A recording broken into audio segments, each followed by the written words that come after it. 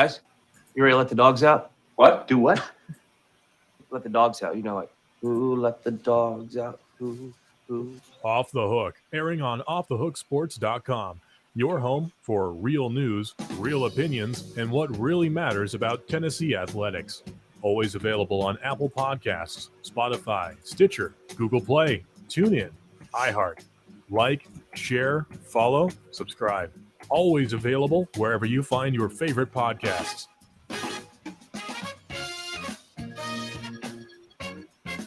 Welcome to the program on a Wednesday, and wow, Thanksgiving is here. What the H happened to this year, Amanda LaFratta? Didn't we just start putting this stuff together to launch on June the 6th? It feels like it. I mean, does it?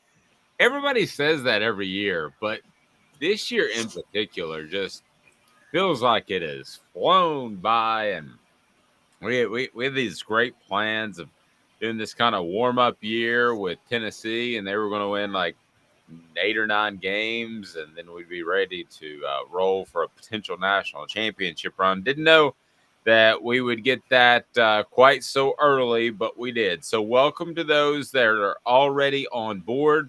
We greatly appreciate that, and we've got a big show on tap because Ron Slay is going to join us. Also, we're going to get a little bit more into this Jeremy Banks thing, but I remind you, the Down and Dirty at 30 starts every single program, and the Down and Dirty at 30 reminds you, too, hopefully, that we're with you each and every day, each and every weekday at 8:30. I apologize for technical issues on my end. I do live in the woods. Branches fall. Down and Dirty at 30 today, brought to you by Pedigo of Chattanooga. It is locally owned, and tell them Off the Hook Sports sent you for these e-bikes that are super cool. And I'm telling you, if you're a little bit older, it's good to keep up with the kids and the grandkids, but they're just super fun. I've ridden them several times. You can get around town, whether it's Chattanooga or if you own your own, you'll want to take it with you, and you don't have to worry about parking and all that good stuff. Just chain them up. You're good to go. And the great part about Pedigo Chattanooga is you got service on hand. Good morning, Chicken Butt. Chicken butt? Yes. Good morning, Smoky Mountain Red.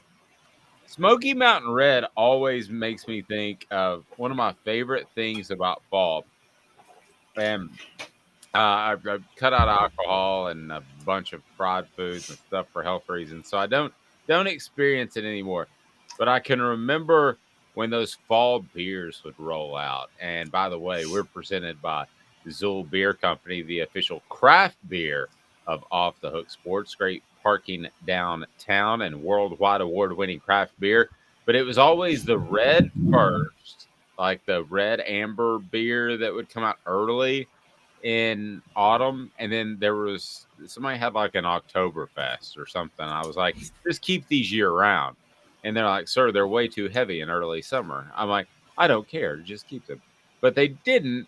But that Smoky Mountain Red's name always reminds me of that. Good morning, Joey, to you as well. So there's a penchant, a possibility, an opportunity for me to upset some people, but I'm going to dive into it. First, good morning, Amanda LaFratta. You look glowing and beautiful as always. How are you? Thank you, Dave. I'm still a little under the weather, but I have my blanket, so I'm good. How are you? I have a blanket. I have the podcast puppy and Thaddeus. He's ready to roll. He was with the technical issues and me running around trying to get stuff fixed yesterday morning, which didn't happen. He kept running in the room like he's gotten his regimen. He's like looking at me. He runs in. He looks at me. He's like, "What are we doing? Are we doing this thing or not?" I felt like he was my producer looking at me. And anyway, all right, I got to bring this guy in. And I think our new sponsor is Great Clips, who we actually are talking to, because look at that tight dude. He looks like, wow, Caleb. Yeah, the guy Nice. the guy looks like a superstar. Look at him. Caleb, how are you this morning? Oh, I'm good. It was the the long hair wasn't a style, guys. I was just busy and lazy and really didn't have time to ever actually make it to any clippers. So I went through that as well a couple of weeks ago, and I started looking at it, and mine is the longer mine gets, the thinner it gets. So there's always that reminder, especially when the thinner it looks. So there's Okay. always that reminder when I'm looking at Amanda, and I'm like Amanda's got great hair, and Caleb's got great hair, and I'm like, oh no, I think I'm so. That's always the other one. In hygiene, Caleb, I don't know if you go through this. Amanda, I've seen Amanda with nails and type, so I don't think she does. But the other hygiene thing with what we do, can you stand to type with long fingernails if they get too long? Does that drive you insane? no, I mean, I grew up playing the piano, so it was it was already like that was very necessary to keep my nails short all the time. Can you still play the piano? Oh yeah, it's a natural skill, bro. Look at Caleb throwing heat. It's like one of those members of the boy bands back in the day with a new do and playing piano. Now we're not talking chopsticks. We're talking real stuff, right? Yeah, I was classically trained, but then I was in jazz band in high school, so I got both wings covered. Gotcha. All right, I love it. Wow. That's pretty hot. I can't play an instrument at all. Not one. I can't sing. I'm musically not inclined at all. I played 4 sports in high school. So. Well, there you go. 4 sports. Well, that's that's Deion Sanders right there. That is Deion Sanders. And by the way, we're going to talk about Deion Sanders probably not getting the Auburn job. However, I think somebody we know is. I'll give you the latest update on that. I've been told that Lane Kiffin is ready to jump. There was a report about him potentially accepting the job this weekend. And that report he shot down because why wouldn't he? He's on Twitter all the time. He didn't really shoot it down, though. That's the thing. He didn't really shoot it down. It was like, who are your sources? Like SMH. He didn't shoot it down. He just did the whole politics thing where you look like you deny it without actually coming out and denying it. Well, I can tell you on 2 ends. By the way, Smoky Mountain Red says new Caleb on the block. Love that. Like, that's a good one. I get it. I like it. So I can tell you from my sources, and I would have told you this yesterday, but with the technical difficulties. So I can tell you right now that Lane Kiffin's ready to go. He's ready to make the move. He understands the difference between the Auburn job and the Ole Miss job. There is a glass ceiling at Ole Miss, like we talk about with South Carolina. No irony there intended, but there's a glass ceiling at Ole Miss in terms of funds. Let's remember, Auburn has competed for and won championships. So while all you got to do is spend $100,000 on a Cam Newton, and you're good. Yeah, I think it was 180. I thought it was 185.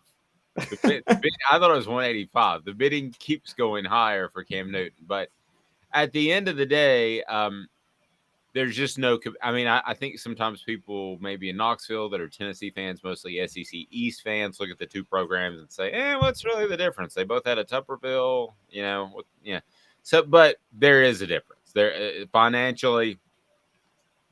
And what I was told from Auburn's perspective is that it was getting everybody on the same page. And I believe that has happened. I'm going to tell you what I know and what I think. But I think that has happened. I know that was the major holdup. And I think it was between him and Hugh Freeze. I don't think Cadillac Williams ever had the opportunity, and let's not turn this into a race thing. If you compare the resumes, guys, Amanda, they're not even close between the 3 candidates I just mentioned. No, Cadillac Williams is a feel-good story. That's what it is. It's a feel-good story. He went to university. He did good things at, Auburn. He's coming back and and everybody's hyped and ready to go underneath, his coaching. But it's not really, he's not really coaching. He's just more rallying the troops, kind of. They're all, ready to play under Cadillac Williams because they grew up watching him. So, I mean, it's not, I don't think, necessarily a coaching thing. It's just he's a player's guy because he was a player. Yes, that, and yeah, it's a feel-good story. His name suddenly escapes me. Who was the person that was considered before Derek Dooley? He was an interim coach on the staff. Can you help me with that, Caleb? Kippy Brown, I think, wasn't it? Yeah. That was heartbreaking what they did to him because they hired Derek Dooley before Kippy Brown's interview. Yeah, well, there was not only that, they did it before Kippy Brown, and this is where it did look a little bad because I think they hired him before the Kevin Sumlin interview too. And I'm not saying Kevin at the time on its face, Kevin Sumlin had a much better resume than Derek Dooley did. I mean, the resumes weren't even close. Well, I know that I spoke to somebody in the Kippy Brown camp, and I called and I said, hey man, I'm sorry it didn't work out. And he goes, what are you talking about? And I said, well, Derek Dooley's been hired. And they said, well, no, we're going in for the interview right now. And I was like, well. Yeah, it was an embarrassing. I mean, Mike Hamilton embarrassed himself so many different ways the last about 2 years as athletic director. Yeah, he did. And here's the other thing to remember.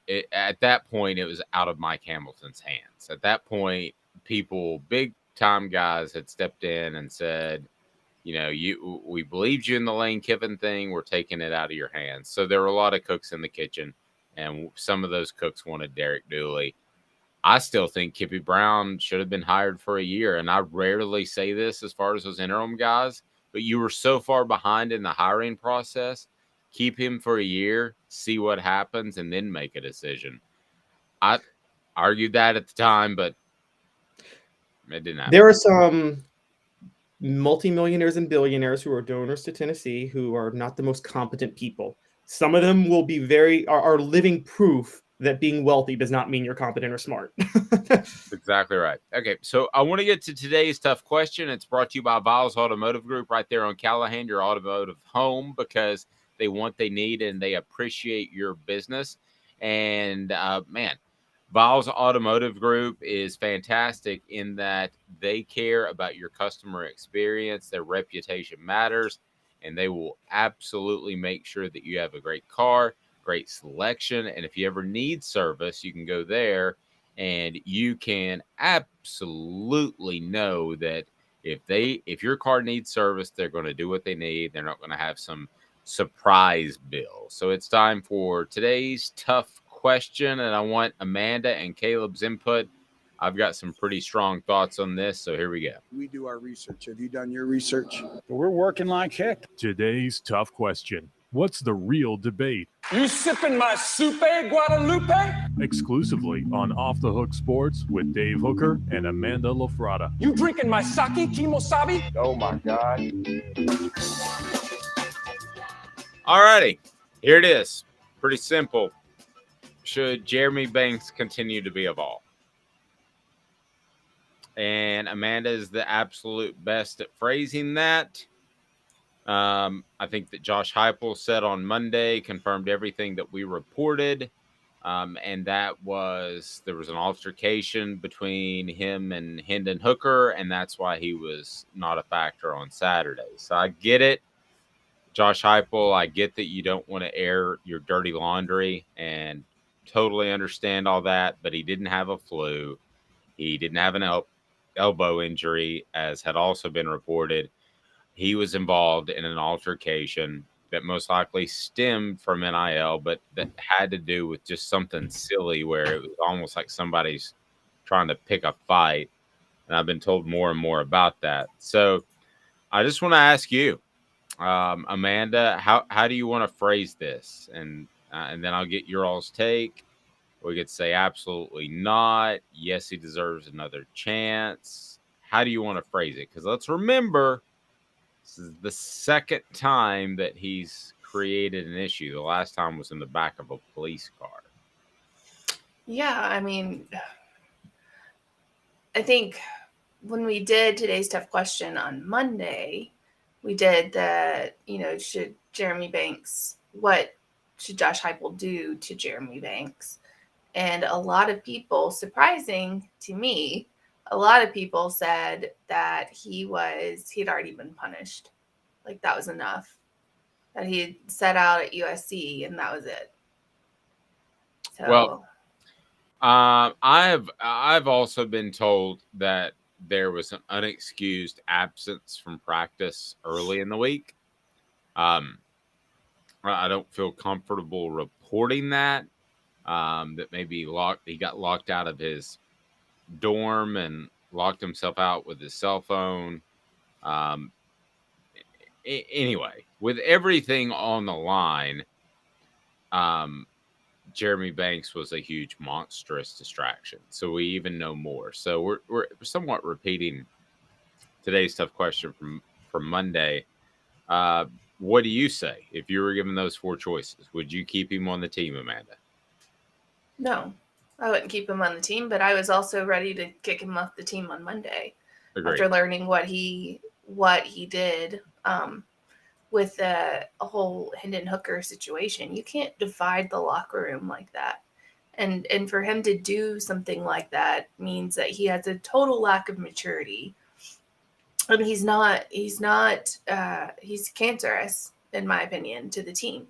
I mean, he's cancerous. Anytime you see that in the NFL, it's always an issue. I mean, like I said, Antonio Brown, people like that in the NFL never work out because teams don't want them. Like look at Odell Beckham can't stay on a team longer than a year, aside from the Giants, because teams just don't want them. So I wouldn't have, after the 2019 thing, honestly, if I were a coach, I'd have kicked him off the team. I know Heupel wasn't here, so coming back, he probably couldn't do anything. But after this, yeah, he's gone. Caleb, your thoughts? This is hard for me because some of it goes into, there's a lot more I think that I need to know, like what was it over NIL money? If we think Jeremy Banks was mad that Hendon Hooker was getting more NIL money than him, welcome to the real world, Jeremy Banks. Like, guess what? Some people are going to make more money than you. You should if you're making NIL money, you have your opportunities to make them yourself. Don't worry about another man getting his bag. And so it's I mean, if it's over that, then yeah, I probably kick him off. I mean, I kind of disagree somewhat because I would say I get the cancerous thing, but I mean, it doesn't matter this year because it's out. But like Antonio Brown and OBJ, the Bucks and the Rams did get a Super Bowl out of them before they became. I mean, before Antonio Brown became a cancer, he was there enough to get a Super Bowl for the Bucks. But I get your point, and the reason I'm more interested in this story is because. Do we think the whole defense quit last weekend over this? Do we think that had something to do with it? I want to address that too. Okay, so let me lead into that with this. He should not wear a Tennessee uniform again. Done. End of story. There was too much on the line. That is not a freshman who made a mistake. That is a guy who's been around the program for 5 years. He absolutely created a distraction. As for the defense quitting, no, I don't think it did. I think what happened is all those stunts and twists that we've complimented Tim Banks on, all of those are now somewhat thrown out the door because when you do those sorts of things, you leave a gap potentially open if somebody makes a mistake. And I don't think you're as comfortable doing those things without one of your key players in the front 7. And that's Jeremy Banks. So I don't think the defense quit. I do think there is potential for this team to be somewhat split. And I think we're going to know really, really early at Vanderbilt. I think we're going to know if this team is split in terms of some are for Banks, some were for Hooker. But the bottom line is, done. I mean, you have a couple of things left to play for. You don't have the college football playoff, by the way, Tennessee 10, and you don't have the college football playoff to play for. Please hit the like button and subscribe, especially hit that like button because we want to share our content to as many people as possible because I believe this is important. Tennessee can still win 10 games in the regular season. That sounds insane. If I would have told you that in August, you would have said, Dave, are you drinking bourbon under the table while you're doing the show? I wasn't. That can still happen. Tennessee can still go to a respectable bowl game. Let me tell you right now that if Tennessee does not come out and play at least C plus B minus, they can get beat by Vanderbilt. If they have team chemistry issues, and Caleb, let me go to you. If they have team chemistry issues, that can undermine a Tennessee team that is more talented than Vanderbilt, that is playing for bowl eligibility. He would not be on the team. He would not be a part of bowl practice. As a matter of fact, I bet you that he skips out on bowl practice anyway to prepare for the NFL. See you, Jeremy.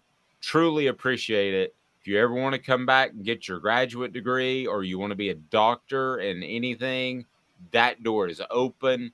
Tennessee's fund will pay for it all. But the bottom line is playing days. See ya. I'm done.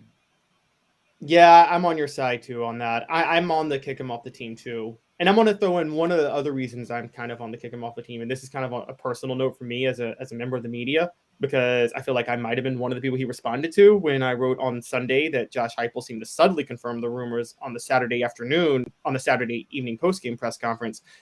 Jeremy Banks put out an Instagram story last night when he said it wasn't about no conflict. And then we hear what Josh Heupel said Monday. And then I'm like, Jeremy Banks, you clearly lied in that Instagram story. You just straight up lied. Like, it was clearly about a conflict. And if you even wanted to try to get back on the team or try to get back in good graces, maybe you should have just stayed quiet and not tried to, I don't know. I take that a little bit personally because and not just me, but other people who probably wrote about it too on Sunday. It's like, you were insinuating that we weren't being truthful about something or that we were inaccurate. And that just wasn't the case. Well, and I can tell you through even more sources since Monday that there undoubtedly was, I knew it on Monday, but there undoubtedly was an altercation. So whether it's about NIL or a parking spot, the days before a play-in game to the college football playoff, Amanda, that's not the day to have an altercation. And I'm also going to give Hendon Hooker the benefit of the doubt. I mean, goodness gracious, as fantastic of a young man as he's been, are you telling me for real that he was a big part of the problem? Who do you think the instigator was if you had to bet a mortgage payment on, as I say far too often? But probably not the kid that is in a comic book as a superhero Christian. Probably going to go with the other guy who in 2019 said he'd like to kill the police. The instigator, I'm going to go with that one. Yeah, and we got corrected on that at one point. He didn't say he was going to try to kill the police. He said he was from a place where they shoot police. You're right. And I even responded back to that, and I said, listen, dude, we're kind of splitting hairs at that point. And he agreed because, yeah, when you're saying I'm from some place that we kill cops and, I should have done something different and all that, this, whatever. No, I'm sorry. I mean, really was a bad look for my hometown when he did that. He's from Memphis, and yes, did not help things. Also, he's from Cordova though, which for those of you who don't know, that was like an unincorporated suburb of Memphis for a long time. So it's not the toughest town, and we're not talking about the Bronx. I mean, is it? If you're okay, neighborhoods in Memphis matter. Where he was from, no. Because he was from Cordova. If he was from South Memphis, or if he was from Whitehaven or parts of North Memphis, we could have this or Orange Mound, we could have this conversation. He was from Cordova. That's an unincorporated part of East Memphis. They're not shooting cops out in Cordova, guys. And so okay, so let's pretend for a second that he is a part of the team in the bowl season. We know the college football playoff is done. Again, hit that thumbs up button, please. We appreciate it. It helps us share the program. So let's pretend for just a moment that we're talking about a guy who doesn't go to the NFL, but feels like it's. I will go ahead and predict he's not going to go to the bowl game. He's going to go to the NFL. So you're going to get a possible distraction, the Vanderbilt, and if you do get him for the the bowl game, what are you really getting? Are you getting a guy that cares? Because listen, if I'm trying to think of some sort of example, if the three of us are tasked by Sports Illustrated to go cover the Super Bowl, and they want to test us out and see how we do covering the Super Bowl, okay? I could promise you that I'm going to bend over backward, and you guys would as well, that if there's some little disagreement, it's not going to blow up 3 days before the coverage. no. I mean, it's like, Think about what he didn't just cost a playoff spot. He cost Hooker the Heisman and his season, because I don't think if Tennessee is struggling with South Carolina in the fourth quarter, as they wouldn't have been had this not happened, I don't think Heupel calls that option play. That was kind of a desperation. I need to get something going, and Hooker doesn't slip and mess up his leg. That's on Jeremy Banks too. yeah, and he, like I said before, I don't think Tennessee's players quit on him and quit because of him, but I do believe firmly that they were uncomfortable with running the same sort of stuff. And the same sort of stuff had to have Jeremy Banks in the right position. And that was obviously something they weren't comfortable doing. Because why else, unless, Amanda, you just thought you could beat Spencer Rattler straight up, which is a possibility, why else would you not run the same stuff that worked against Florida and Alabama and all of that? Why do you go out and you just play straight up? And then the way that worked out, you didn't get pressure on Spencer Rattler.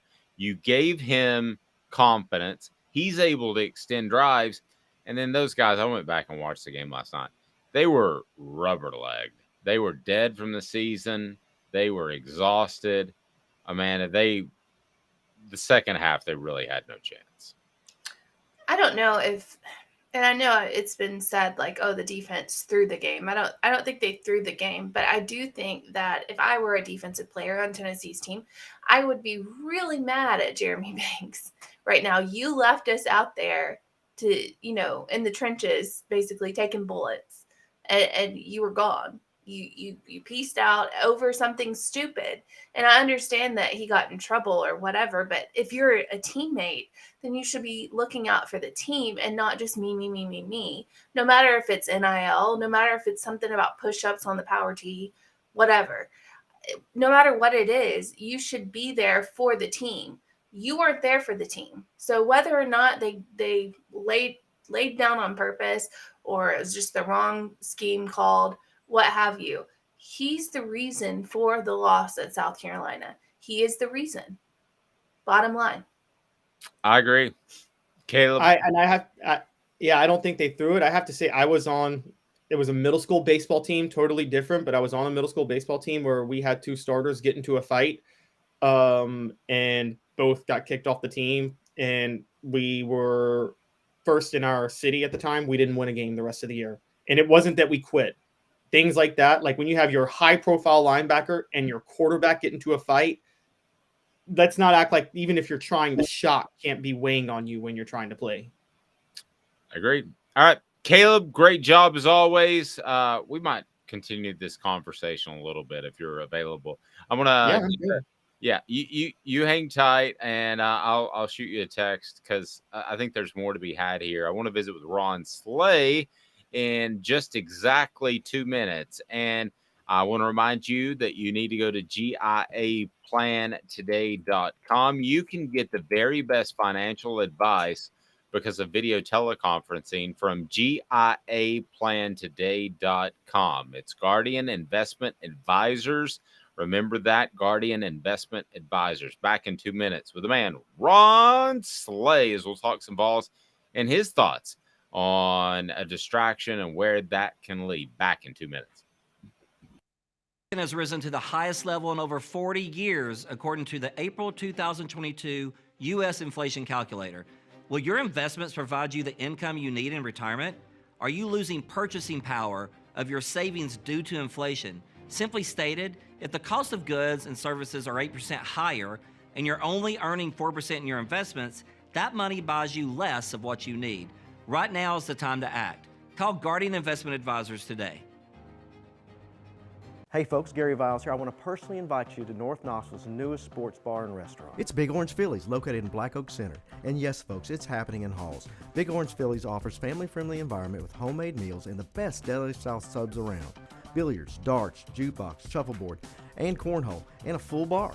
We also offer valet parking on weekends and during special events. We even have a covered back patio. It's happening at Big Orange Phillies. We want, we need, and we appreciate your business. Hi, Mike Davis here with City Heating and Air, reminding you to always dare to compare. Our team provides quality local heating and air service, installation, and maintenance across East Tennessee. We use only the best equipment like American Standard heating and air conditioning for your residential, new construction, or commercial needs. Honesty, dependability, and customer satisfaction have been the cornerstones of our business since 1961. City Heat and Air. Dare to compare. This is Al's Dish Barbecue Supply, so come on in and see all the different rubs and sauces we have, plus a complete line of Green Mountain grills. Don't be overwhelmed. We have plenty of help so you can produce the best barbecue and amaze your family and friends. Barbecue is America's food. We'll do what we can to bring you all the best products. We're Al's Nest Barbecue, where Chattanooga goes to grill.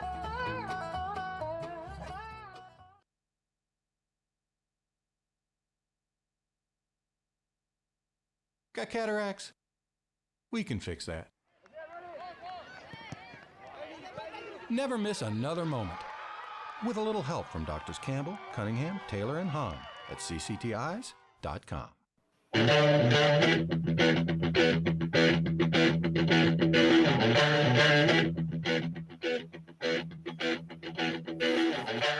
Please allow me to introduce myself. I'm a man of wealth and taste. I'm a big old rock. This just needs to become Ron Slay's official intro. I mean, check that out. You got a little Run DMC. You've got Zeppelin. You got the Rolling Stones. I don't know about Twisted Sister just then, but good morning, Ron Slay. Happy Thanksgiving. Yep, hump day and Thanksgiving Eve all in one, wrapped together. I love it. Best Thanksgiving dish. And you can either go with the meat, side, or both. What is your favorite? I'm the dressing. The dressing. Turkey and dressing all day long. Oh, yeah. With the canned cranberry sauce. It got to be ocean spray, too. Amanda and I had that conversation. Berries, no berries. No, heck no. I don't got time to be picking it out. Yeah. No. The worst. No, yeah. Give me the little lines on it from the ocean spray so I know where to cut it at. Give me, that's me. Give me all that. All day long. Do you like the casseroles all mixed together type of thing? Or do you like, okay. Nope, give me sweet potatoes. Give me macaroni and cheese. Ooh, collard greens. You gotta have some cha-cha. You don't like squash casserole and broccoli casserole, right? No. Okay. Some people really do and some people don't. We ain't casserole in it. My family loves that stuff. I was watching Tony Kornheiser on Pardon the Interruption. He's like, it's just a bunch of stuff globbed together. So. Yeah, I'm cool on that. Now I will say my former teammate Joby Thomas played at Charlotte. I was overseas with for forever, so we used to do Thanksgiving together.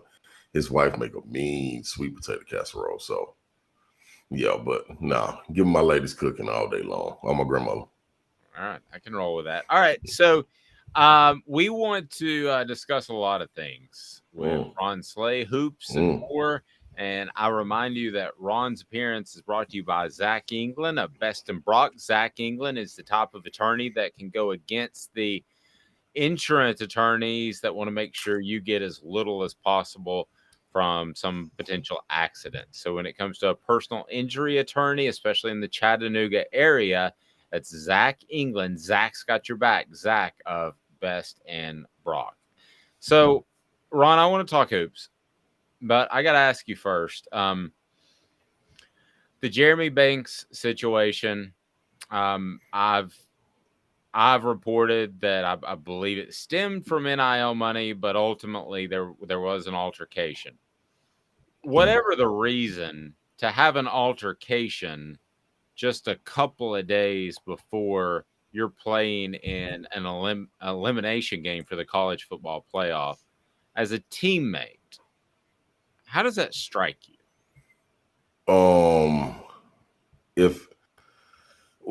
First of all, man, in the locker room, things happen. That's true. It's amongst brothers that you spending your time with countless hours of the day. You probably only separated by 8 to 10 hours out the day. You got to see these guys' faces.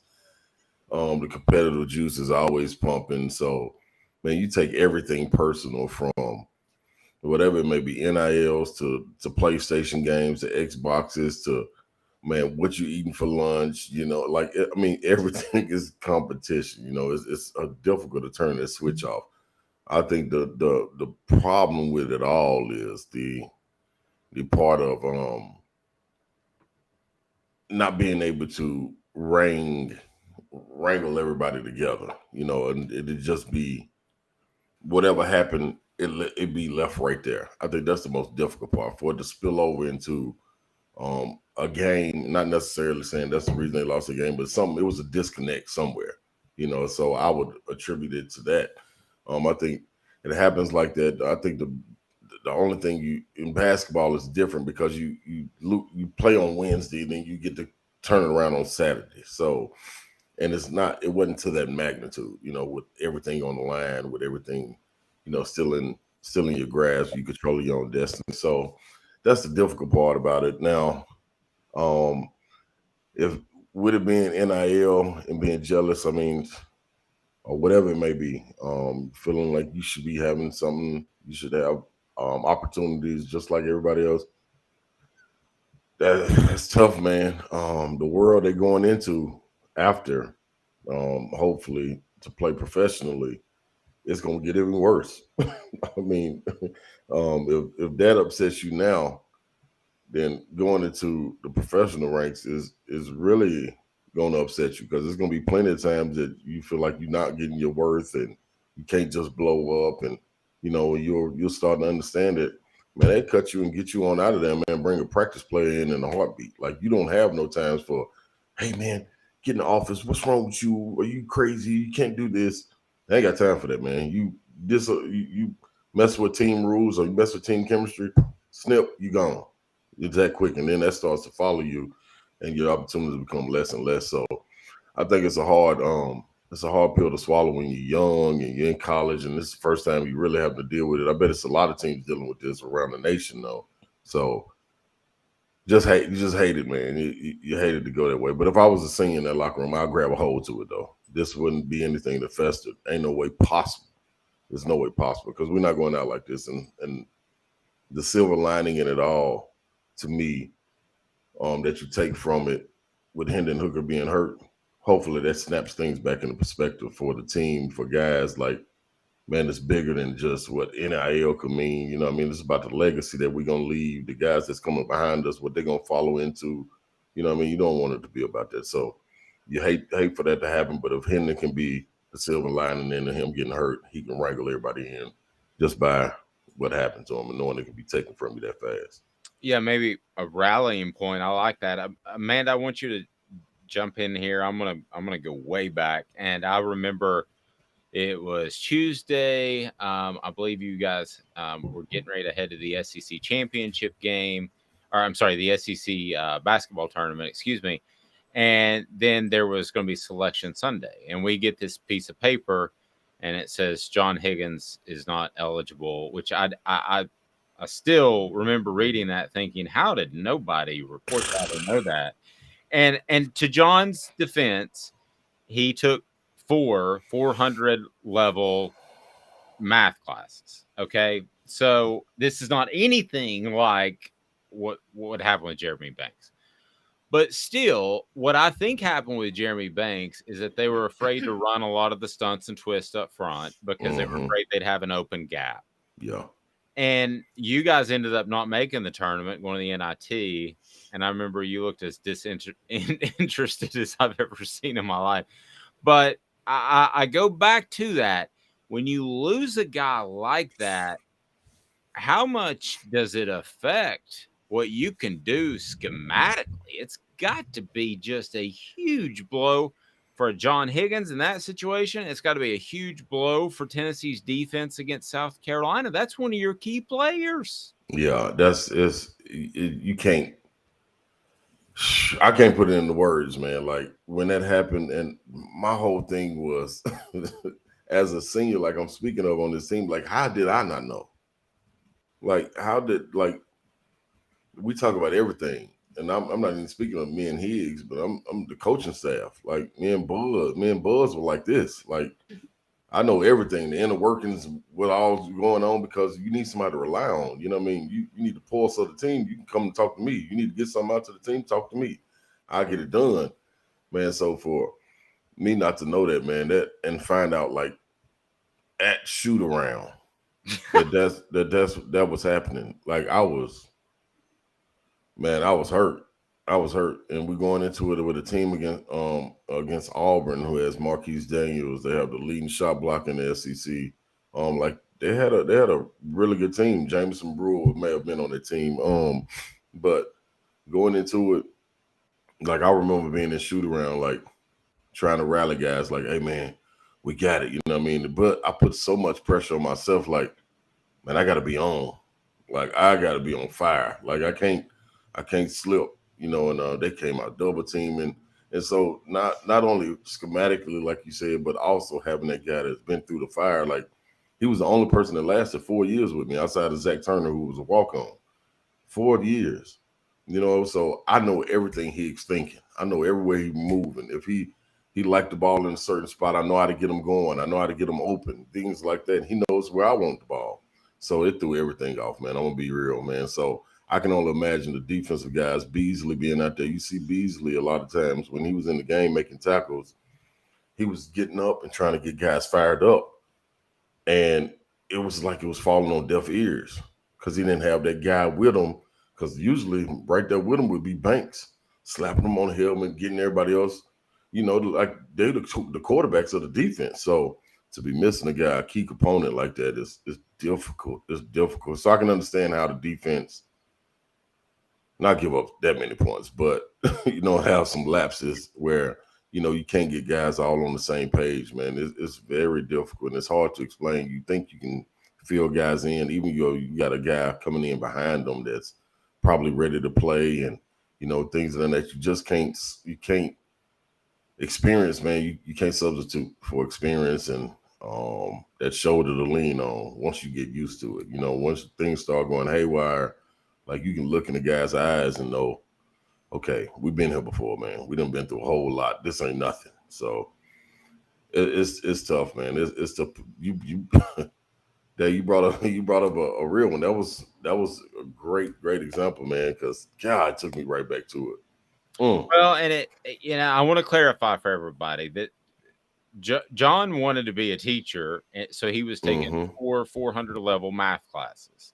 And the rule was, and still is, I believe, you have to pass 6 hours in order to participate in the postseason. Yep. So he was able to play all the way up until the beginning of March, and then literally we got this handout that he didn't pass 6 hours. But so as far as a suspension type of thing, it was, you know, he was trying to do the right thing by his career. Right. So I don't want it to sound like I'm comparing the two Nah, at all. by But no stretch. But it did, like, the two teams, Auburn and Tennessee, us and Auburn, were both on the bubble. You know, and the thing that hurt the most about it, like going into the NIT, I think it's more guys in football, and you still have a regular season game to play that where you can kind of muster the energy, get refocused, and then going into you win that game, going into the bowl game, you got weeks to prepare to try to get everybody back on the same page. I think with our situation, man, you look at it and it was that one game, two teams on the bubble. We win, we in, and I know we can beat them. And everything we put into the season, beating Florida that year, like rallying against Kentucky, like we had some really good games. And I was having individually monster season. And I think that could have changed the fate for me a lot if we just got to the NCAA tournament. You don't know what can happen. You get on that stage and just things go different, you know. So that was the most difficult part, man. Just learning before the game, and it wasn't another regular season game to try to plug somebody in. I went to the NIT tournament, started playing the small forward spot. It was like my entire career I've been playing the 4 and 5. I can get out there on the wing, but that ain't where I'm trying to be. You know, I'm trying to make my money down low. So it was just weird, man. But hopefully this team can get everybody together, get them on the same page, you know, because it still is something to play for. I think it would have helped if we would have been in that situation. We've been playing a rival. I think we would have been able to find a different type of fight. You know what I'm saying? So I think it's just a tad bit different in that regard. Well, I was told by somebody in that committee room that you guys were 65. They picked 64, and you guys were 65. And I understood it. Like, you take a senior with leadership out of the equation, like it would have been difficult for me to put us in there too. You know, because Auburn showed it. Like, they double teamed me every single time I touched it, and we just couldn't produce any more energy. CJ was young and was trying to get into it. Like, he didn't know. Like, CJ Watson leaned on John Higgins as well. You know, so it was. That was rough. Marquise Daniels, you see what he went on to do. They were on the cusp, and Marquise and them, they went on a nice little run in the tournament. He had some huge games, and there it is. Sorry about that. Go ahead, Amanda. Thank you, Dave. On Thanksgiving, that's what you do. Isn't that nice? I'll drive to the mid-state area where you're a superstar on 104.5 The Zone, and I'll also bring you a broccoli casserole. Which you ate. Sorry. It's all good. On social media, we've been seeing a lot of blame being passed around for that South Carolina game. And some of it has been thrown even Tim Banks' way. People are calling for his head. Josh Heupel's way.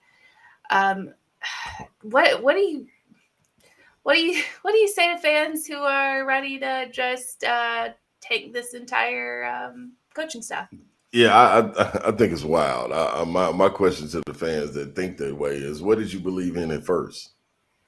You know what I'm saying? Like, what were you being sold at first that made you believe in going to these games? Yeah, we were going to have an opportunity to win. Like, what made you believe going into the Alabama game? Was it just a high-powered offense? Like, we all knew coming into the season that the defense was in question because of depth. Now, did they play above and beyond? Yes, without question. The defensive line getting the quarterbacks, which the pass rush and secondary go hand in hand. Anybody that watches football knows that. If you don't get pressure on the quarterback, I don't care who he is. If it's me that can sit in the pocket right there, I'm going to complete some passes. And I ain't even never played quarterback. But I'm going to complete some because I ain't got to worry about anything. Pass rush was no longer getting there. So you got guys out there on the island. And, I mean, you can only cover for so long. What's supposed to happen, you know, schematically or whatever. Like, it's going to be places that people get open. And as bad as Spencer Rattler has played all year, the man can't throw. He has talent, you know. So if you let him sit back there and it's like a 7-on-7, then of course he's going to get some passes completed. So that's my thing, man. Too. What did you buy into at first? Whatever you bought into at first, I think you continue rolling with that. Like, you can't, once you pass the goalpost, pick the goalpost up and move it again. That's unfair. You know, we knew what the defense was when we got here. You trying to get recruits in and get depth in the defense and learn things of that nature. Some young guys out there. So what do you expect to happen? You know, I think the thing that to me that was more so than the coaches, like that ain't got nothing to do with it to me, man. Like they tried, they came out in the second half and went zone. It worked for a second, and then South Carolina adjusted. Like you playing against other guys that can really play too. Like this ain't no knock to the ACC, but this ain't the ACC bottom feeder teams that you playing against or something like that. Like this is South Carolina, you know, and then they're not up there on that level, and they probably never will be. They always be mediocre, but they do have top-notch talent at certain spots on the field. So it's gonna be it's gonna be difficult. I just think that's crazy, man, to be calling for Tim Banks' job. But that's the microwave society we live in. Like you can't get it done. You ask anybody at the beginning of the season, 10-2, you want that? Yes. You know, I picked them to go 9-3. You know, and so I mean, they exceeded my expectations already. So you got a Heisman candidate, like you got Tim Banks, like one of the hottest D coordinators in the country, and you talking about getting them out of there like this. That's bogus to me. That's silly. I agree, especially when you're hamstrung going into the game. Right, like come on, dog.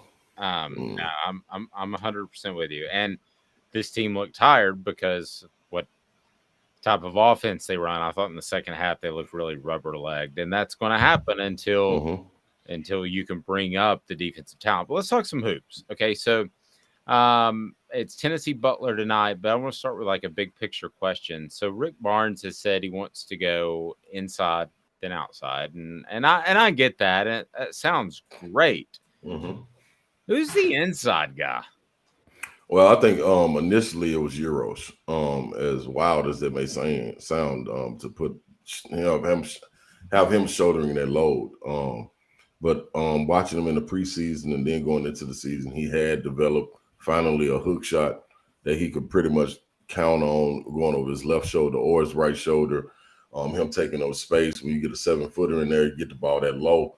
If you don't choose the double, regardless if you're playing against another 7-footer or not, you're kind of at his mercy because it's a shot that you're not going to block. So if he misses short. He gets it deep enough where he can get the offensive rebound and put it back. So that changes teams' mindset. Olivier is a guy more so that likes to face up more.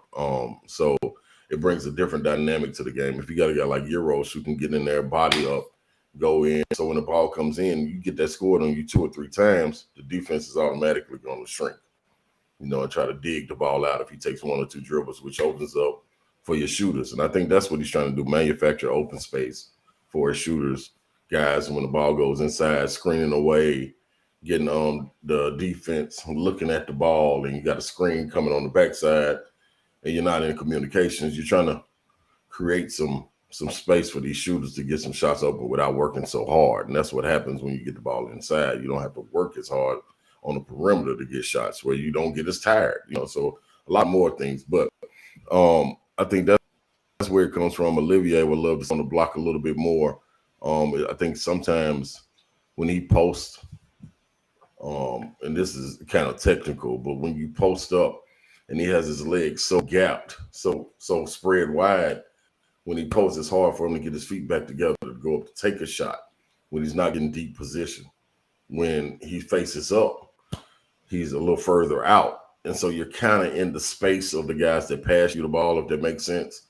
It's a smaller space. So you would love to see him deeper or start to run some more sets at the elbow like they used to do for Grant Williams, like they used to do for Robert Hubbs and guys of that nature. But you got to be able to hit that shot consistently to be able to do it. So when you talk about getting the ball inside and going out, that's what I think the purpose of it is for. I could be wrong, but I think you want to get the defense to contract. And then when the ball is kicked out, then you get in a scramble to go close out, and then pump fake start to work, you know, and you get one dribble by him, and then you put the defense in the scramble. Got to get somebody help with drop off, dunks, and things of that nature. So that's Euros and Olivier to answer your question. I don't see Josiah. Josiah would be good. Tariq Key would also be good. I just don't know what it takes away from the rotation if you go automatically to those guys in the low post. How much does this team or will this team miss John Fulkerson? I think you miss his leadership down low, and I think it's being a collective effort of try to pick up. You always want to have two forces, an inside and outside force that can be a voice for you. Although it's 5 guys working together, like you just talked about with John Higgins, he was the guy for the perimeter guys. If it was something going wrong with C.J. Watson or Thaddeus Holden or anybody that was out there on the perimeter, I could go to Higgs and tell Higgs, hey man, get your guards together, man. We need this right there from the post. And if it was something going wrong from the post, vice versa, if it was Crump or El Grace or somebody like that, he wouldn't go talk to them. He'd just tell me, and I can get those guys in order regardless if I'm on the bench or anywhere. You know, those are your communication pieces. So you got that in Josiah being able to do that for the guards, probably Santi as well. And everybody has a voice on the team. But Fulkerson would be that voice for the the big man. Even if things not going well for him, production-wise, scoring and things of that nature, he does know what's going on as far as the technical part of the game. And he could be like, just because he can't do it and it's not getting success with it, don't mean he can't tell Olivia, hey, man, you need to post deeper or you need to run the floor faster and get the head under the rim so everybody will see you and they'll have to contract a little bit. Then, Santi get them deep threes. The reason he get deep threes in transition because you run the floor so hard.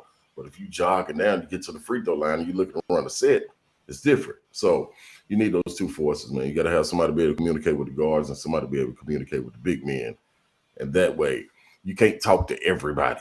You got to have somebody in charge, such as Jeremy Banks. You need to communicate between the D-line and the secondary. You're not going to go talk to the D-line, then go talk to the secondary. Talk to the guy in the middle that can get the message out. So that's where they'll miss Fulkerson unless somebody steps up. You don't expect it to be a dude. I haven't really been able to hear Olivier if he's a talker like that. I know Eurosh is. So he's that guy to me in more ways than one that can pick up the slack for what Fulker will miss.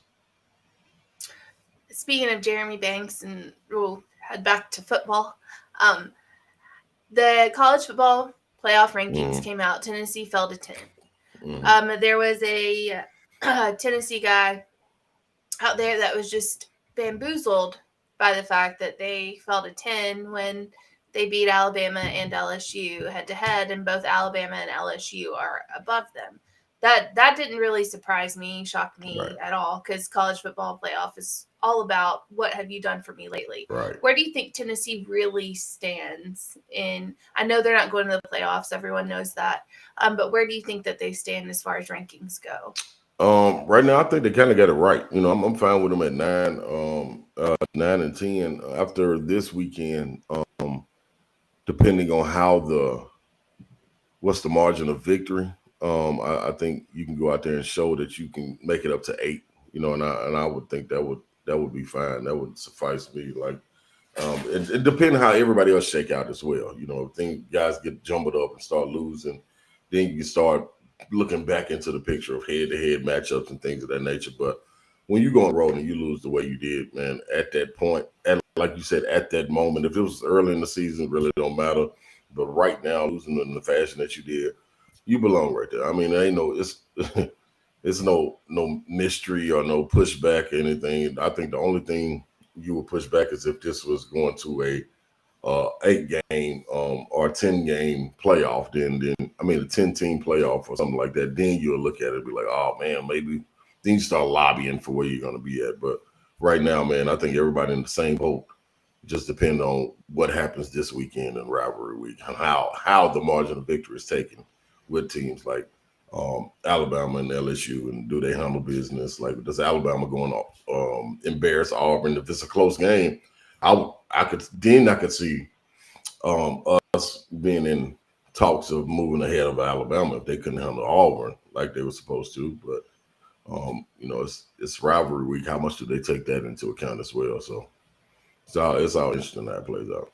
Yeah, and I don't know this, but I wonder if the college football playoff takes into account your last month, because it's a common theme that in the college basketball playoff committee, they take into account your last 10 games. So that can be a deciding factor. Anything in particular we should know about Butler? Have you scouted them out as we watch the game tonight? I haven't scouted them yet, man. I will say, I mean, I had a partner of mine that his son played against Butler, and they told me they went up to watch him play. It was a packed house, because of the history there, tradition. But they were a well-organized team defensively, really well coached well, can get after it. But I think this should be a good matchup. Early in the season, I don't take anything for what it is on paper, because I think people are still trying to figure each other out. That's why these tournaments are good, because the teams that come out, you kind of get a head start on everybody else, in non-conference schedule, because of the competition that you're playing. Like, it's been some really, really good games, man, from San Diego State to Creighton. And I'm like, how did Creighton get so good so fast? Like, where did they come from? But it's good to watch them, Arizona. But teams like Butler, I expect Tennessee to go out there and just be who they are. If they are who they are and they hang their hat on defense and not on making shots, then I think all of it falls in line and they run away with the game. So I'm interested to see them win these 2 games and then hopefully get to play Kansas in the championship. And then we can see the barometer where they are, because we know watching Kansas early on in the season, even though they were playing at home, they looked like a well-oiled machine and ready to get at it. Got guys out there playing unselfish and got guys that can really take shots to, bend in moments that can, get them over the hump. So interested to see Tennessee, how they start to get the rotation and who they can rely on, when they can rely on them, and at what points, and also see the maturation of guys like Zakai, picking up from him being a starter and then being a reserve again, then being a starter. Like, how do you find your footing in this? Exactly. It's a different responsibility when you start. You got to go out there and you got to get people involved, be able to keep yourself involved, and still be able to bring everything that you did bring to the game last year, this year. So, it's going to be interesting to see how that goes. But Butler, man, I haven't done too much scouting, but I just, on who they are alone, they should be well coached and be able to get after it. Ron, have a fantastic Thanksgiving. We're very thankful you take time to join us each and every week, and look forward to continuing to visit into basketball season. And just you bring an awful lot to the table for our show. People can check you out on 104.5 The Zone, the afternoon show. Some guy named Brent Doherty, who's okay, dude. I guess I've known Brent for about 25 years. Wow. Yeah, good dude. Yeah, he's a real good dude. So, and Don Davenport's fantastic as well. So I tell you what, man, we are really thankful for you being a part of the program, and happy Thanksgiving, man. Man, happy Thanksgiving to y'all. I appreciate y'all, man. Appreciate the opportunity also. And to the fans, man, y'all still get out here and pack First Bank Stadium the first time they have a name at Vanderbilt. Like, we still going to put a lot of orange in there. Oh, they have a name now? Oh, yeah, they First Bank now. They're not just a stadium. Yeah, now First Bank. Yeah, it's still open-ended and all that. They still allow all the opponents and visitors to come in there and just buy all the tickets and everything. That they don't really care about that. Just come on in. So, did you guys see them storm the field? I did. Tiptoe on the field, basically. Yeah. How do you walk in? They look like a lunch line. Like when you were in middle school or elementary, they used to say, "Hey, single file line, no running, no pushing, no jumping ahead of each other." They walked onto the they shouldn't even been fined, man.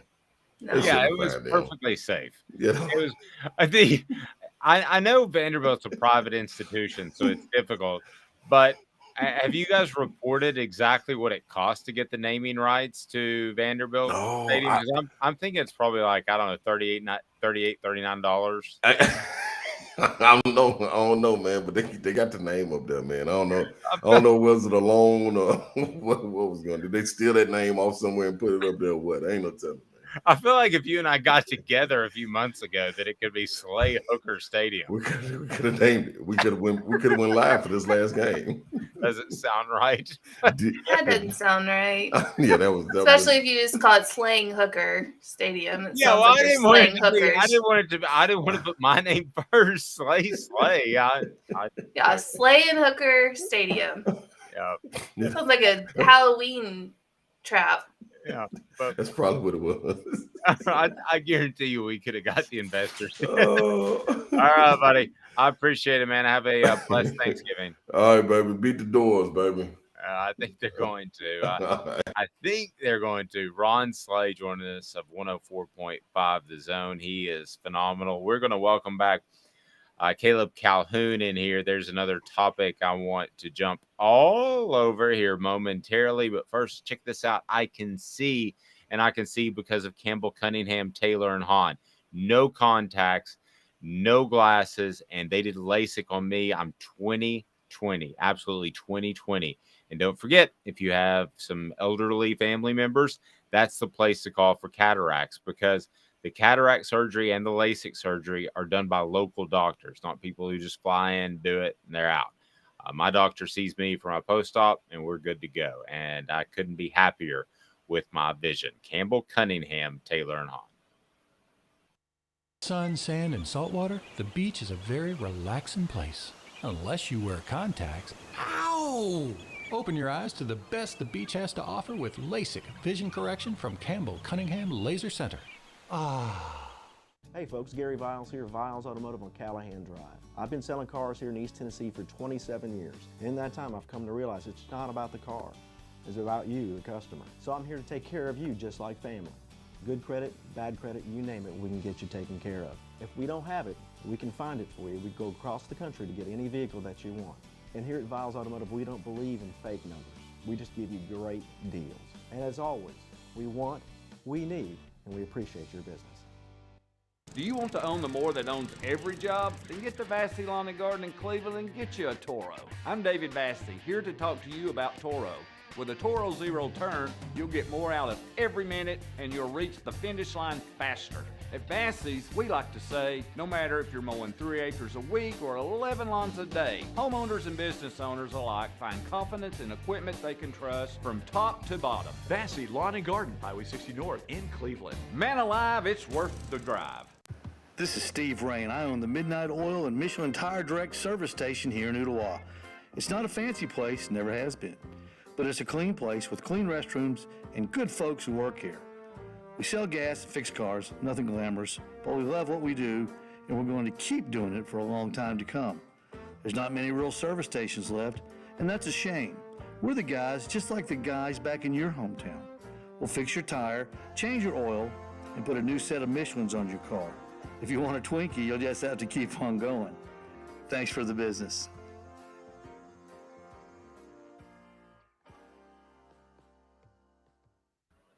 All righty, she's Amanda LaFratta. I'm Dave Hooker. We've got fun stuffs to get into, and we're going to start with this day in Tennessee sports history, and we'll bring Caleb Calhoun back in here. He probably already knows like 8 instances of this day in Tennessee sports history, but it is now this day in Tennessee sports history, and it's brought to you by Nutrition World, nutritionw.com, nutritionw.com, awarded one of the best supplement e-commerce stores, so you know you're getting the right ingredients for your body, the healthy ingredients. I couldn't even imagine going somewhere else or going to an e-commerce store or one of those acronym stores anymore, because nutritionw.com has the quality products that you need. You're putting it in your body.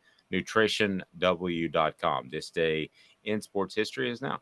This day in sports history, putting things in perspective, exclusively on Off the Hook Sports with Dave Hooker. You're so old. When you were a kid, rainbows were black and white. And Amanda LaFratta. New Kids on the Block just called. They wanted you as a backup dancer.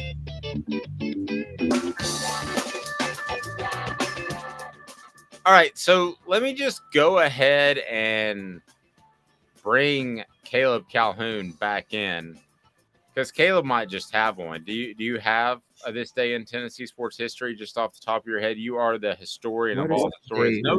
No Googling November. No, I'm not Googling. I'm trying to think. November the 23rd. When is the last time November 23rd was on a Saturday? That's the easiest way to do it this day in history. I I guess, guarantee you, but the how do last you know that? That's like Rain Man stuff. the last time Tennessee played Vanderbilt on a November 23rd, I don't know this for sure. I'm willing to bet it was a loss. Someone look it up.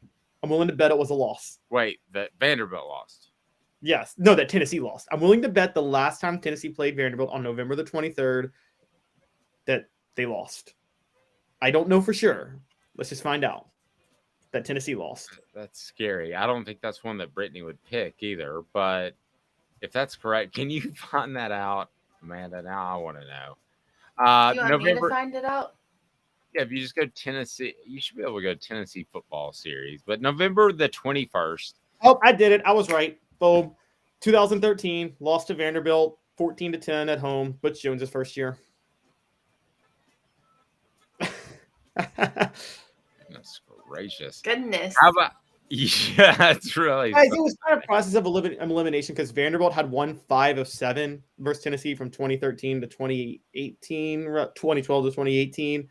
And I knew one of those times they played both before Thanksgiving, so which would have been the 23rd. So I guess I'm just trying to figure out, when you drive, does somebody have to keep their hand on the wheel like in the Dustin Hoffman movie? Because, I mean, you know some crazy stats. I didn't know that one for sure. Well, if somebody drops a box of toothpicks, can you tell immediately how many are on the ground? No, I can't. I'm sorry. I'm not that good. Counting cards, though, I wouldn't be surprised if you do that. How about this one? November the 21st, 1998, the Vols defeated Kentucky 59-21, scoring 32 points in a row as T. Martin threw for 189 yards. It used to be a decent day at the office. Now you're like, 189 yards, what's wrong? But he also threw a touchdown pass to Cedric Wilson. We know what went on with that season. Tennessee won a national title. That won't be the case this season. Hey, that was the 21st, though, not the 23rd. You just said 21st. Was it the 21st or the 23rd? Sorry. November 23rd, 1968, the Vols. You said 21st, didn't you? No, I said 23rd. Okay, I misunderstood you. The Vols defeat Kentucky 24-7. Wide receiver Lester McLean scored 2 touchdowns.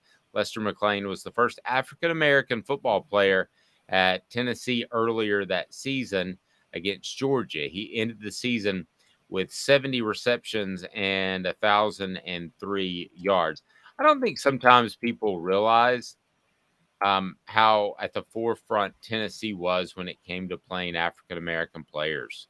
Caleb, Condridge Holloway was the first starting quarterback in the SEC. I feel like I'm forgetting an instance, but Tennessee really was ahead of the curve on a lot of that. Not just African-American players either, but you're right. They were very much ahead of the curve with African-American players. Also, I mean, women's basketball is such a big deal because Tennessee was one of the first Southern schools to really embrace Title IX in the 70s. They really leaned into it hard. And Jackie Walker, who was a linebacker for Tennessee, was the first Black 2-time All-American from Tennessee. And he was the first openly gay player. And this was in the 70s, guys, where he was openly gay and played for Tennessee in the early 70s. And so a lot of history there. Was 1968? I don't know this. Was that the year when they played Kentucky? Wasn't that the year with the whole Steve Kiner and the Mule thing, Archie Who, all of that? Or was that 69? You know what I'm saying? Yeah, I think I was 69. Okay, 69. The only reason I bring that up is, honestly, this South Carolina loss right before playing Vanderbilt, that actually, I feel like if any loss was similar, it might be that Ole Miss game in 69. Yeah, because Tennessee got blown out. Yeah, they were supposed to just dominate that game. It wasn't even supposed to be. Yeah, no, they were undefeated in the national title hunt, and I didn't know that Jackie Walker was openly gay at the time. That's I think. Well, I found out after he passed that apparently he was, and nobody ever talked about it. Yes. Well, I knew that he definitely leaned towards that side, but I didn't know it was open. But you don't have social media and all that stuff nowadays, and really probably a lot of reporters, even if they knew, were probably uncomfortable asking about it. I mean, that's a world ago. That's what, a half century ago. Nobody bothered about personal lives back then. That's at true. all. Yeah. He had Jackie Smith, though. I will say this: whatever his persuasion, color, whatever, I don't care. He has the coolest All-American picture. Have you seen it? Jackie Walker. Yeah, he has the coolest All-American picture on Tennessee's wall. So they used to do this thing, Amanda. It was really cool. Like they would get you in some sort of action shot, so you'd like, huh. You know, you do Oh this. my gosh, this looks epic. I see it. And his is diving, and I don't know if he landed on the photographer or not, but he is Superman taking off. Do you see it, Caleb? Yeah, I see it. That's incredible. Send Oh him, my man. gosh. I know it's the most unbelievable in action shot to think about cameras and how limited they were. You didn't go click, click, click, click, click, and pick one. You only had one shot. Amanda, can you pick that up? Can you find that? Sure. Sounds so incredibly. When you say, but you're the only one that's smart enough to pull it up technology wise. All you have to do is a quick Google. All right, so but I mean, I can't get it on the screen. But I was going to look at it. Oh, you want me to put it on the screen? Okay. Yeah. So I wasn't just asking you to randomly Google stuff.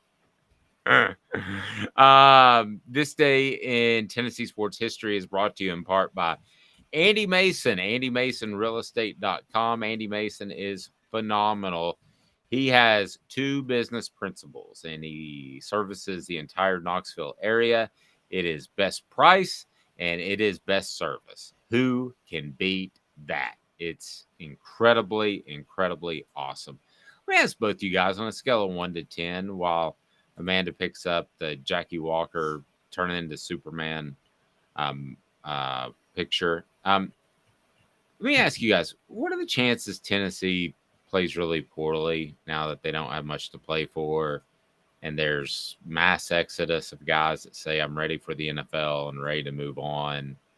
What are the chances that happens and this season ends up with a really, really, really bad taste in Tennessee fans' mouth? I hope that's not the case, but I just got a weird gut feeling that going to play uninspired against Vanderbilt, might even lose. I hope I'm wrong, Caleb, but yeah, if I'm Cedric Tillman, am I coming back to a meaningless bowl game with an ankle issue already? I'm just picking him out of one of a group of guys.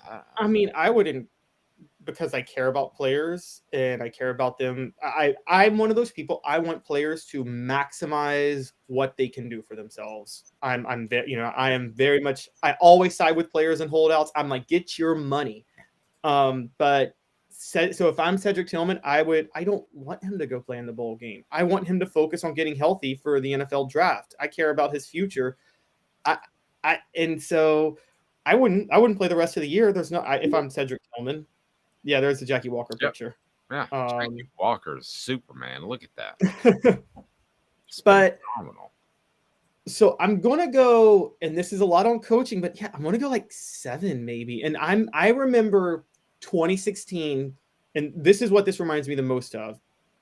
A week before Tennessee was set to play Vanderbilt at Vanderbilt, Tennessee found out they won the game. It was against Kentucky, I think, or maybe it was against Missouri, but they found out that they weren't going to be winning the SEC East, which was a goal of theirs at the beginning of the year.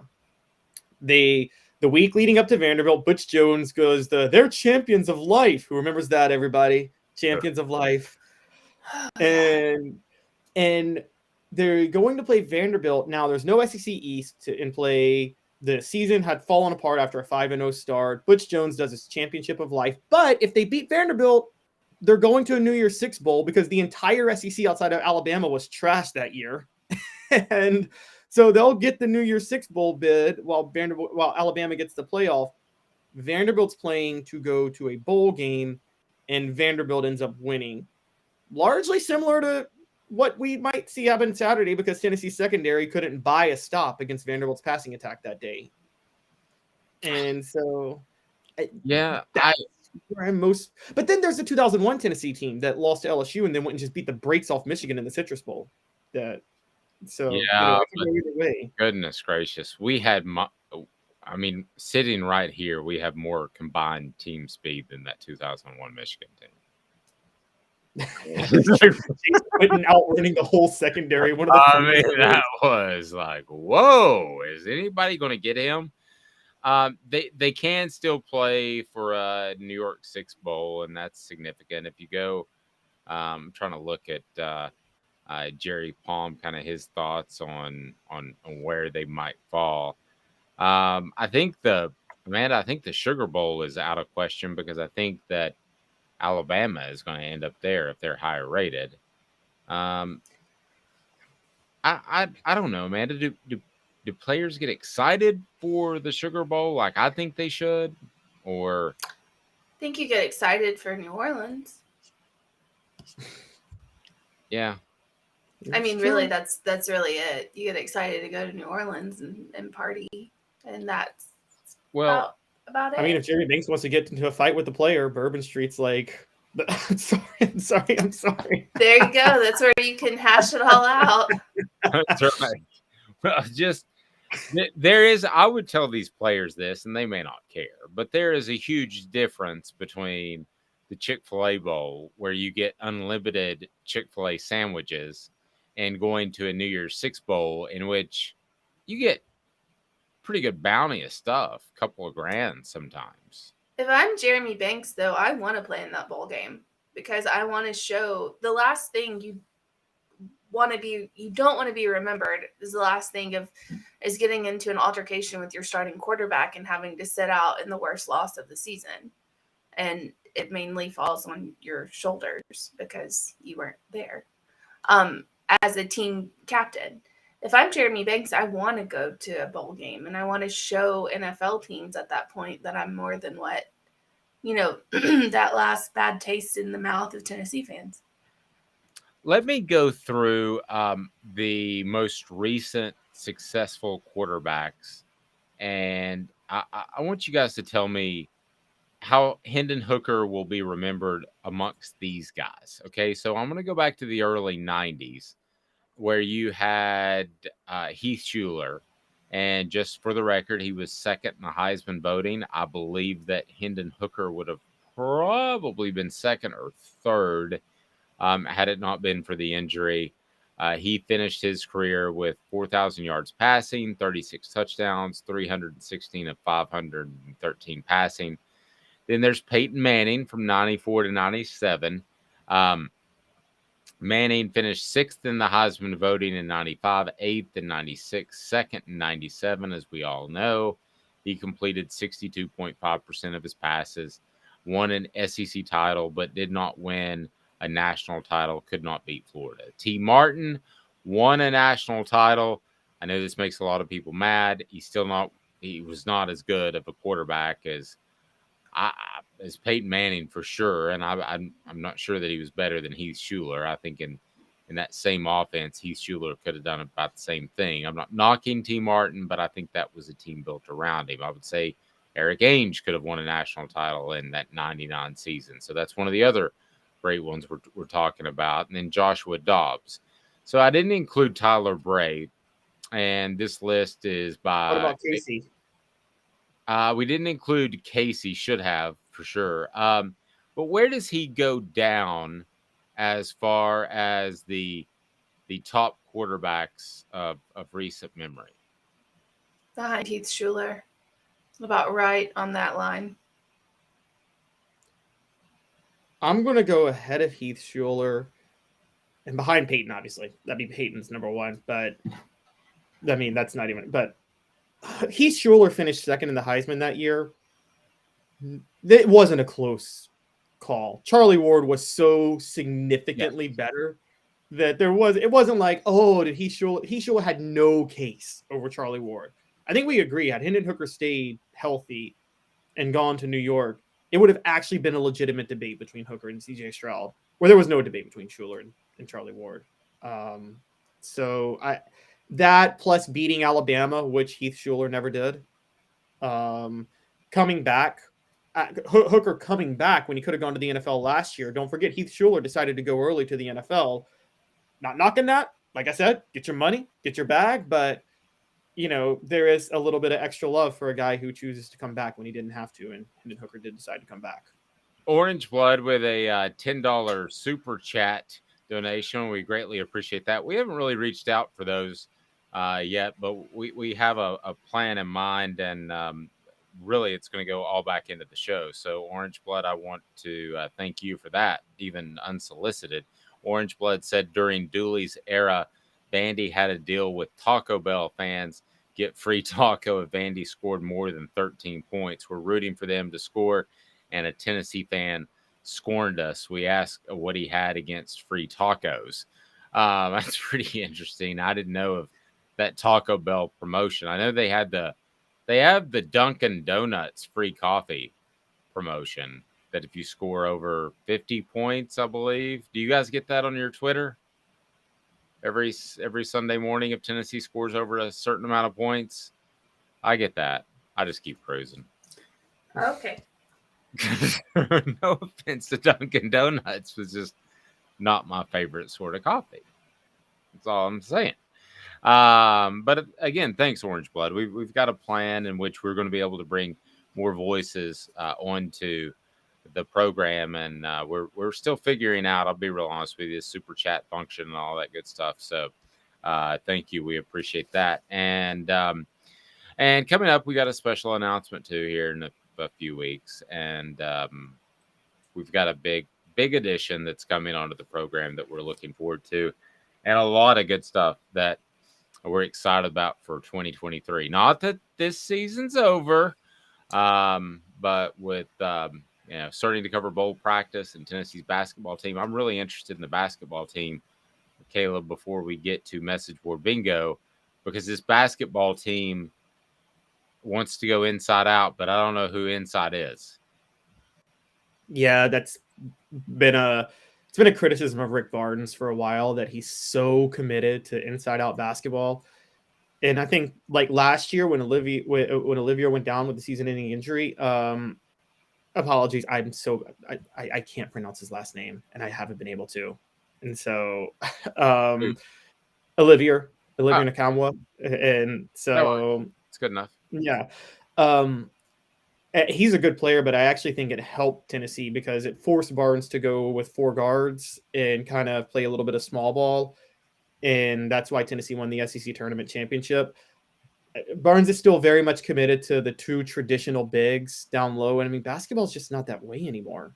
I mean, you look at the NBA even, and, Golden State will run Draymond Green, who would be a tweener 20 years ago, and they run him at the 5 now. And so, I don't know. I think Rick Barnes is a little too committed to that style. Yep, that's fair. Great place to watch the games over the weekend. And I don't know about you, but one of my favorite Thanksgiving traditions was meeting up with friends and having far too many drinks the night before Thanksgiving, because you saw them all because they were in town. And so not that you have to do that, but if you want a place to hang out with your friends, that's a great place to do it at Big Orange Phillies on Maynardville Pike. And they've got great TVs where you can watch any NFL game you could possibly imagine, any college game.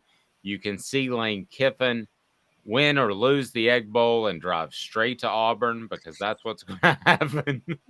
That's going down. Or you can just hang out, and they've got cornhole, they've got darts, billiards, karaoke. Amanda still said that she's going to sing, and she's excited about it. I'm not singing, but the Wednesday before Thanksgiving is the biggest drinking holiday or biggest drinking day of the season at bars. Like bigger than New Year's Eve. Yeah, it's the biggest one, the biggest grossing, like income wise. Is that right? Even more than New Year's Eve, or even more than New Year's Eve, St. Patrick's Day, any of that, Cinco de Mayo. Really? Yes, it is the Wednesday before Thanksgiving.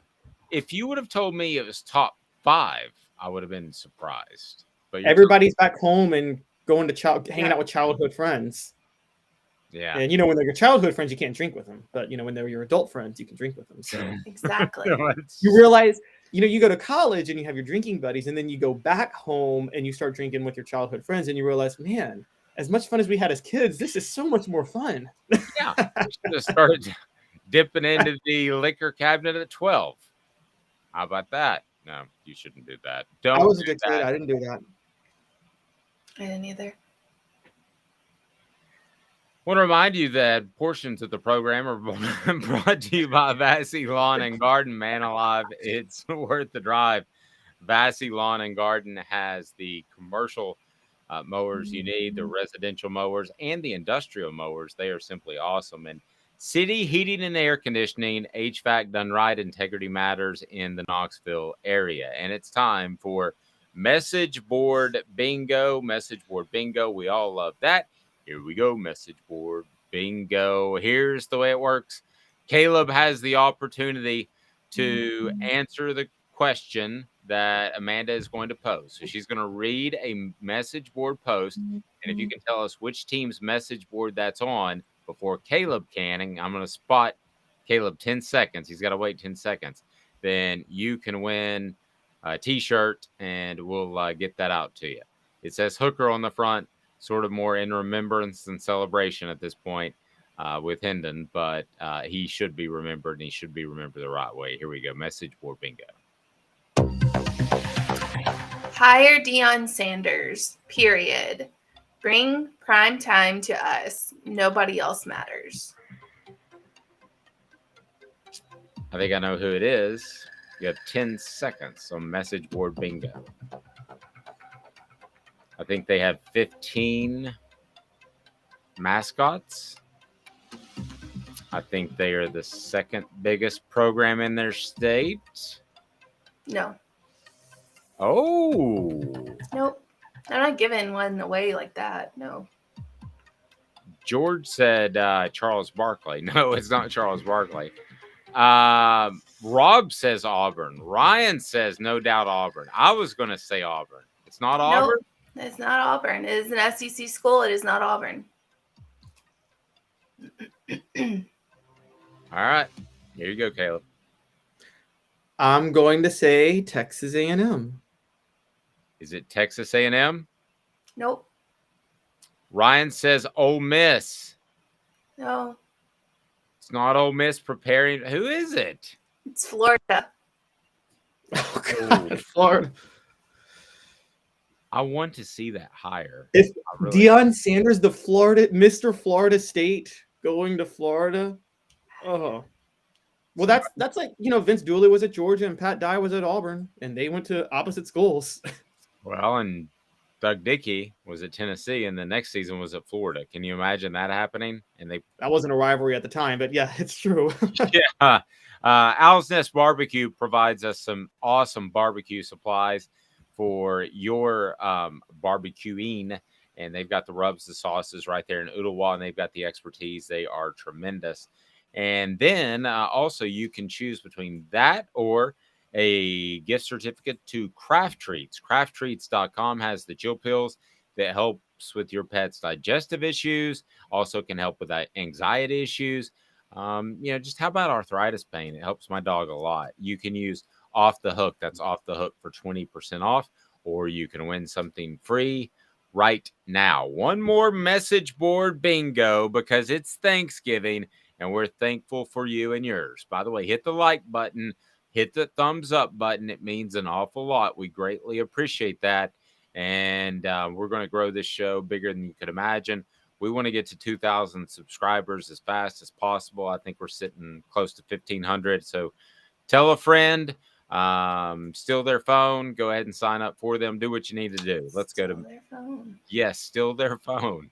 I don't encourage that. No, right. No. If we got to 2,000, still don't encourage it. You're going to catch some stuff you don't want to see. Just don't do it. Oh no, Yeah. don't go through the phone. I don't want to go through anybody's phone. Well, you have to if you're going to steal their phone and then like us on YouTube. You have to sign in and Right. everything. You need So to subscribe. yeah, whatever you said. All right. What do we got, Amanda? Dabo Sweeney will be your next head football coach. SEC school. Okay, so they posted on the board, and I assume they're referring to Alabama. Can I make that leap? What? That Dabo Sweeney will be the next head coach at Alabama? No. Okay. George says Auburn. No. Rob says Bama. No. Caleb, what do you got? This one involves 3 schools completely. How you have made that up in your head. No, it does not. I'm kind of at a loss. Could I just shot in the dark say Ole Miss? You're right, Caleb. It's Ole Miss. Oh, yes. Good job. Rob said, I'm done. I'm 0 for 2. Have a blessed Thanksgiving, everyone. We can't begin to tell you how thankful we are that you've responded to what we put out there this year. And I'm going to sit and think about you as I stuff my fat face tomorrow on Thanksgiving. Amanda LaFratta, can't tell you how thankful I am for you. Caleb Calhoun, can't tell you how thankful I am for you. And I just thank everyone that's been a part of it. That Caleb Gyro, who I pronounced his name wrong for the better part of 6 months. I'm thankful for him as well. And for those that I'm not thankful of, well, I hope you get food poisoning. Have a fantastic day, everyone. God bless. The Cowboys will not cover tomorrow, by the way. It's 9.5 is too big. Cowboys do not cover. Sorry, Dave. Agreed. Giants cover. No, I agree with that. Have a fantastic day, everyone. This has been a